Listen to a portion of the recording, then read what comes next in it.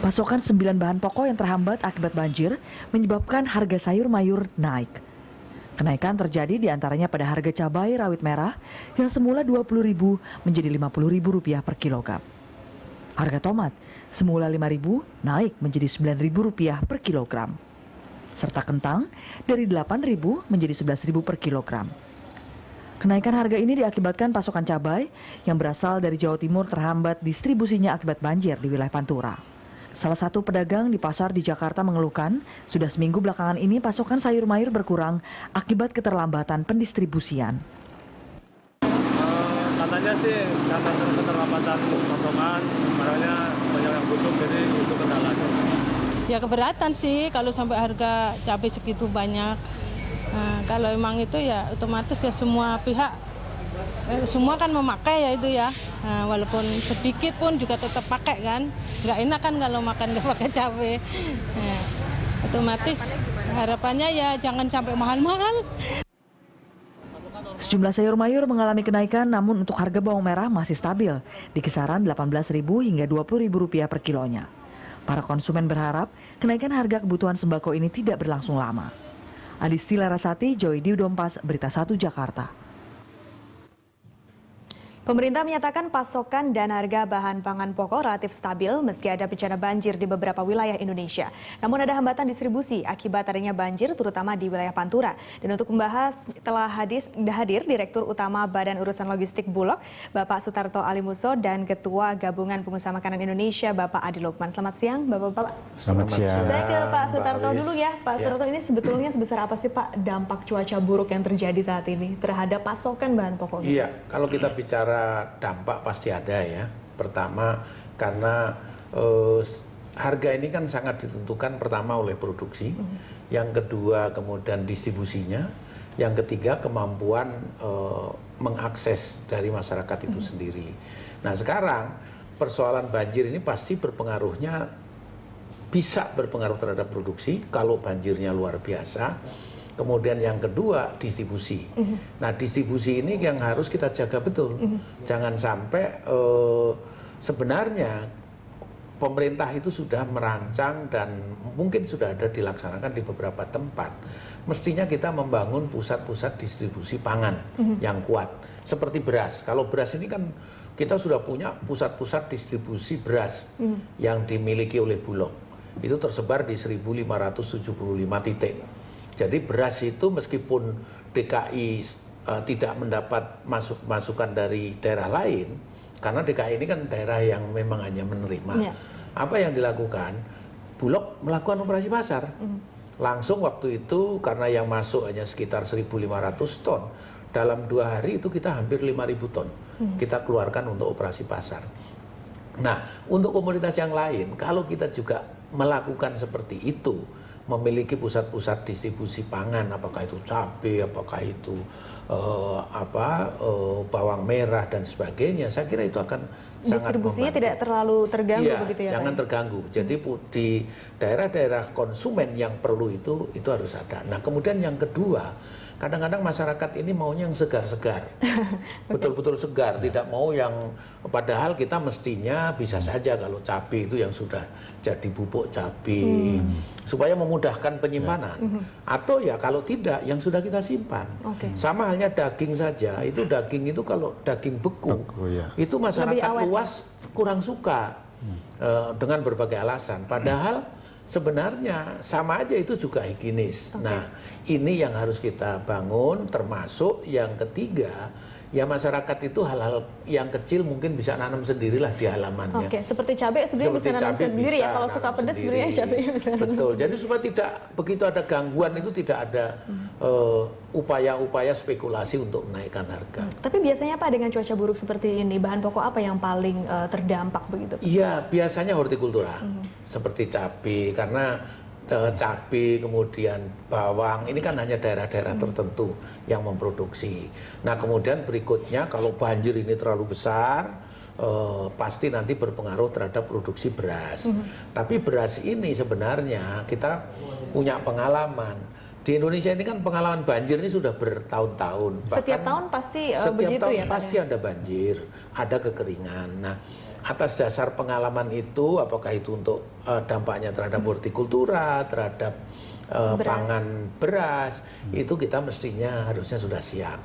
Dan saya kira pemerintah sudah menyiapkan itu, termasuk tadi itu pusat-pusat distribusi pangan itu harus dibangun. Oke, nah kalau gitu saya pindah dulu bertanya ini, Pak. Kalau untuk Bapak sendiri sebagai pengusaha dengan cuaca buruk seperti ini, bagaimana ini mempengaruhi usahanya? Baik, kita lihat dari dua sisi. Satu sisi suplai bahan baku yang seperti dikatakan Pak Tarto tadi. Satu sisi itu memang berpengaruh terhadap suplai bahan baku, cabai, bawang merah dan lain sebagainya ya, kentang. Itu bahan baku yang digunakan oleh industri kita. Nah, yang kasihan memang industri kecil terutama, karena industri kecil itu daya simpannya stoknya itu minimal. Sehingga mereka begitu terhambat sedikit itu mereka akan terganggu produksinya. Tapi kalau yang besar-besar memang sudah menyiapkan, dan bahkan yang dikatakan Pak Tarto, kita sudah mulai supply chain kita sudah perbaiki, minimal ada stok misalnya 2 minggu untuk bahan baku yang kritis seperti ini, dan kita sudah antisipasi. Itu dari supply bahan bakunya. Dan akibatnya juga karena kondisi seperti ini ada kenaikan harga, itu otomatis yang kita harus alami karena masalah gangguan distribusi itu. Dan yang kedua kita lihat dari segi produksi untuk didistribusi ke produk pangan jadinya. Kalau pangan jadi terus terang memang aman, karena kita sudah punya stok yang cukup dan sudah didistribusi ke daerah-daerah dan tidak ada masalah dengan itu. Hanya saja memang ada potensial loss karena kita terhambat distribusinya dan lain sebagainya. Itu yang kita lihat dampaknya seperti itu. Dan juga kerusakan kalau produk jadi itu minim, tapi kalau produk pangan segar itu kerusakannya tinggi. Itu juga yang menyebabkan harga. Dengan distribusi dari Jawa Timur kemarin terhambat di Pantura dan sebagainya, itu paling nggak 30-40% busuk gitu kalau yang segar itu. Baik. Bapak-bapak, kita akan lanjutkan dialog setelah jeda berikut. Pemirsa, tetaplah di Jurnal Siang, kami akan segera kembali setelah jeda. Hujan deras dan banjir yang melanda sejumlah wilayah di Indonesia mengakibatkan pasokan pangan terganggu. Akibatnya, harga beras dan bahan pokok melonjak. Dan untuk mengetahui informasi terkini, kita bergabung bersama reporter Adisti Larasati dari Pasar Induk Cipinang, Jakarta Timur. Adisti, bagaimana pasokan beras di Pasar Induk Cipinang saat ini? Ya, Wis, dan juga pemirsa, cuaca buruk yang melanda hampir seluruh wilayah Indonesia belakangan ini membuat pasokan beras di Pasar Induk Cipinang, Jakarta Timur sempat berkurang. Pasokan berkurang karena terhambatnya pendistribusian beras yang melalui jalur Pantura atau pantai utara Pulau Jawa yang mengalami banjir seperti yang kita ketahui. Dan pasokan beras menurut para pedagang sempat berkurang, dan mulai 2 hari terakhir ini menurut para pedagang sudah berangsur normal kembali. Dan menurut para pedagang, salah satu pedagang beras di Pasar Induk Cipinang, Jakarta Timur ini, ia mengaku dapat memasok beras 70 ton setiap harinya. Dan pasokan beras terutama dipasok dari beberapa kota yang ada di wilayah Jawa Barat dan juga wilayah Jawa Tengah. Untuk wilayah Jawa Barat, 80% pasokan beras dari wilayah Jawa Barat memasok beras ke Pasar Induk Cipinang ini, diantaranya dari daerah Karawang, Subang, Pamanukan, Cianjur, dan juga beberapa wilayah di Jawa Barat. Dan mengantisipasi pasokan beras yang sempat berkurang, para pedagang juga memasok beras dari wilayah Jawa Tengah. Ya, Awis. Lalu bagaimana dengan harga beras? Apakah ada kenaikan harga? Ya, terkait pasokan beras yang sempat berkurang pada beberapa hari terakhir yang lalu, memang menurut para pedagang atau salah satu pedagang beras di Pasar Induk Cipinang, Jakarta Timur ini, harga beras sempat naik di kisaran 200 hingga 500 rupiah per kilogramnya. Seperti salah satunya contoh beras kualitas premium, beras lokal kualitas premium, setiap per kilonya yaitu 9.600 dari harga 9.200. Dan kenaikan ini berkisar antara 200 hingga 500 untuk setiap kilonya. Dan seperti yang kita ketahui di Pasar Induk Cipinang, Jakarta Timur ini, beberapa wilayah memang dipasok dari wilayah Jawa Barat. 80% merupakan pasokan wilayah beras Jawa Barat, yaitu Pamanukan, Subang, Karawang, dan juga Cianjur. Dan Jawa Tengah juga sempat memasok beras di wilayah atau di Pasar Induk Cipinang, Jakarta Timur ini. Demikian itu yang dapat kami laporkan langsung dari Pasar Induk Cipinang, Jakarta Timur. Kembali ke Awi. Ya, terima kasih Adisti. Demikian Adisti Larasati melaporkan langsung dari Pasar Induk Beras Cipinang, Jakarta Timur. Ya, kita lanjutkan dialog pemirsa. Saya ke Pak Tartoni tadi sepertinya ada kenaikan harga 9.200 menjadi 9.600. Nah, kalau dari Bulog sendiri bagaimana sih menjaga stabilitas ini supaya tadi Bapak bilang kan masyarakat suka spekulasi nih terus kemudian naik-naikin harga ya. gitu.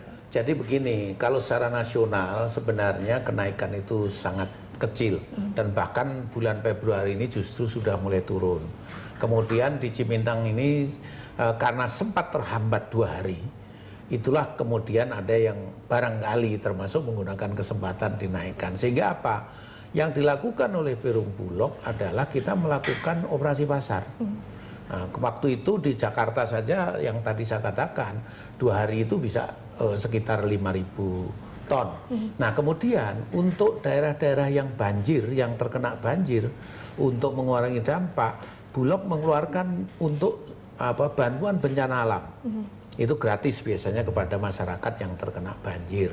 Nah, kemudian kalau daerah-daerah juga ada yang naik, kita juga melakukan operasi pasar.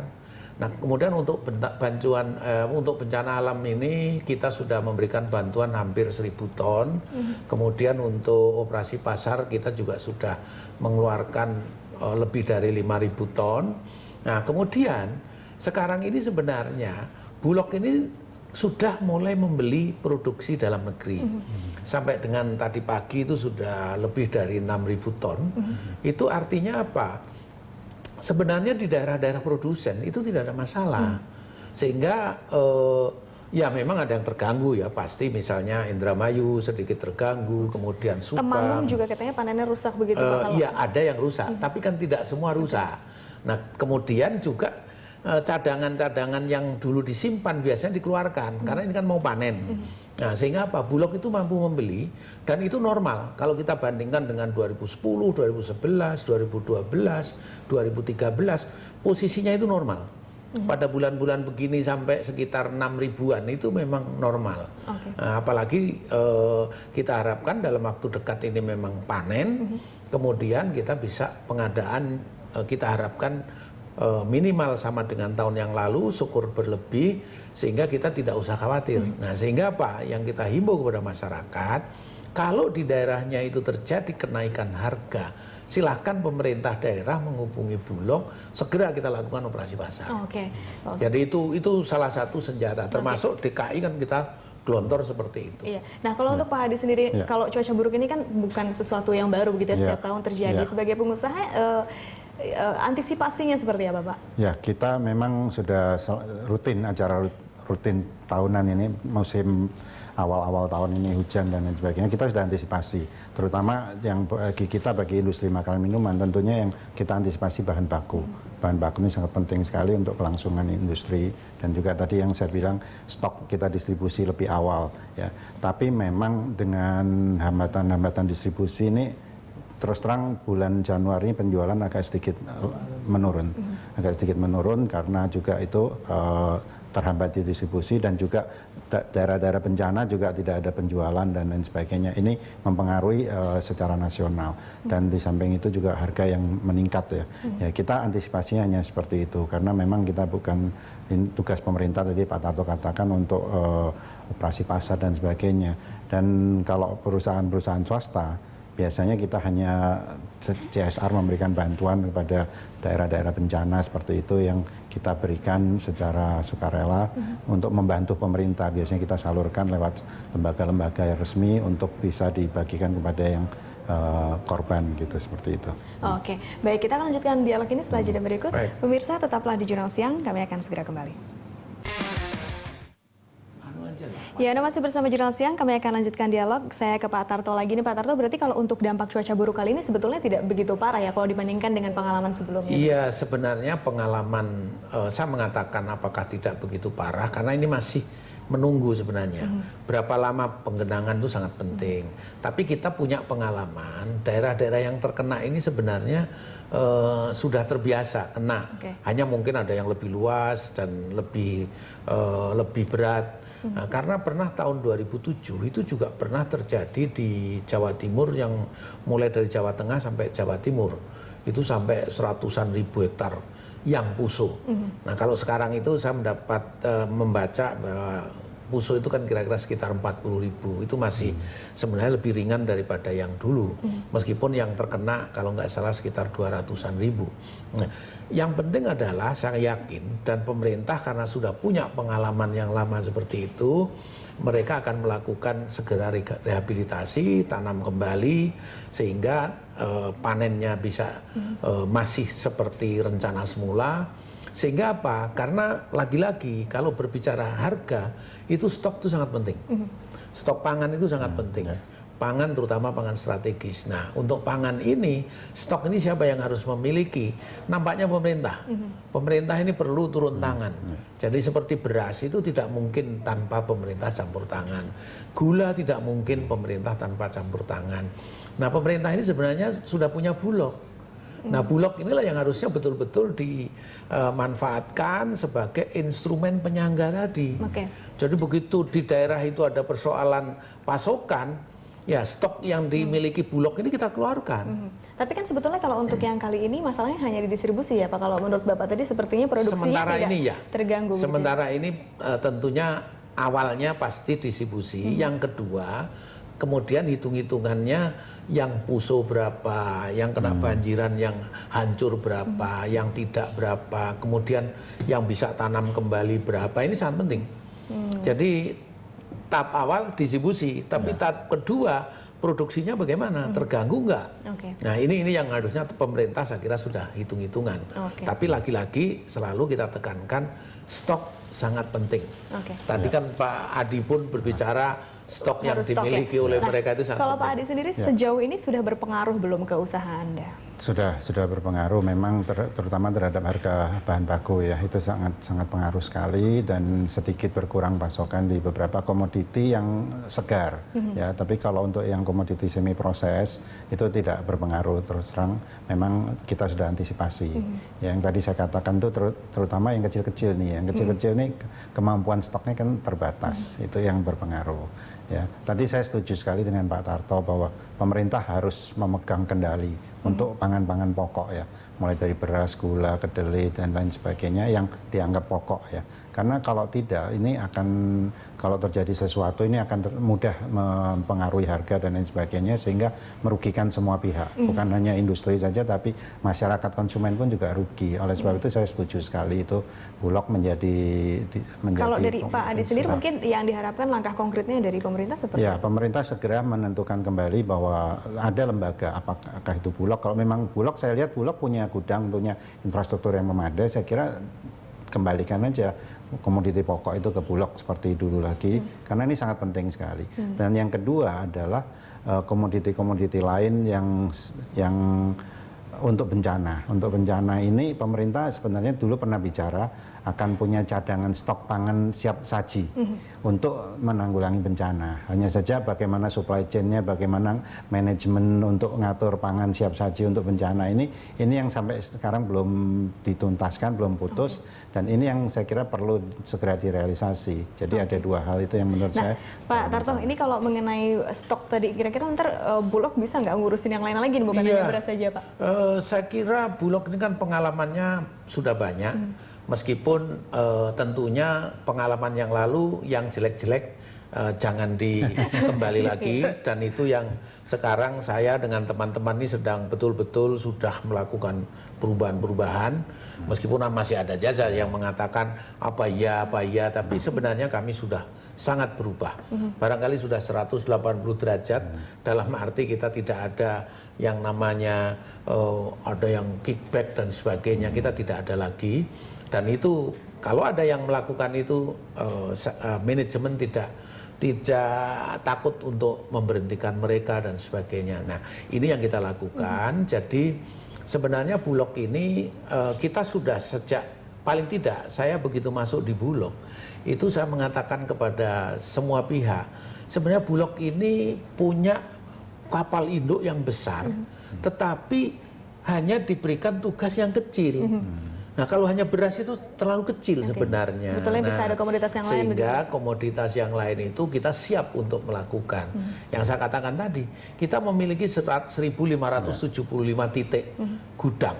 gudang ini bisa menjadi pusat produksi distribusi pangan, tempat untuk nyimpan stok pangan.